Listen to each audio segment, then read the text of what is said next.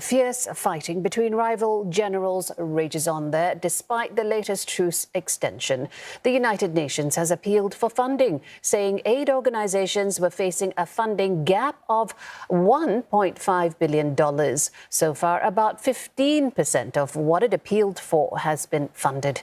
The World Health Organization adds that it has delivered 6 containers of supplies to Port Sudan so far. Another 30 tons of emergency supplies are set to be shipped to the country. Still, millions remain trapped in their homes with little or no access to food, water and power. People are rushing to shops whenever there is a lull in fighting, the violence making it too dangerous for many aid agencies to get supplies in.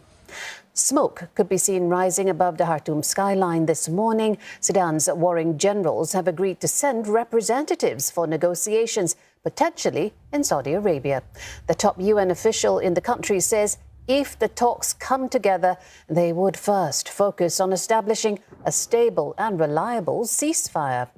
More than 520 people have been killed in nearly 3 weeks. Concerns are also mounting that the conflict could spill over.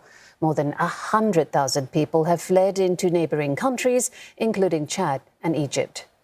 And the UN warns this figure could rise. Its refugee agency is estimating that more than 800,000 people could potentially escape to neighbouring countries. Within the country, aid groups say more than 300,000 have been displaced.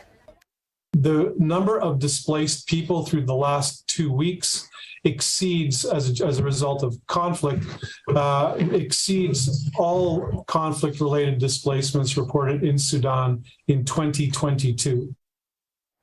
For those who remain in Sudan, there's also a possible biohazard risk after one of the warring parties seized a public health lab in Khartoum. That lab contains cholera pathogens and other hazardous material.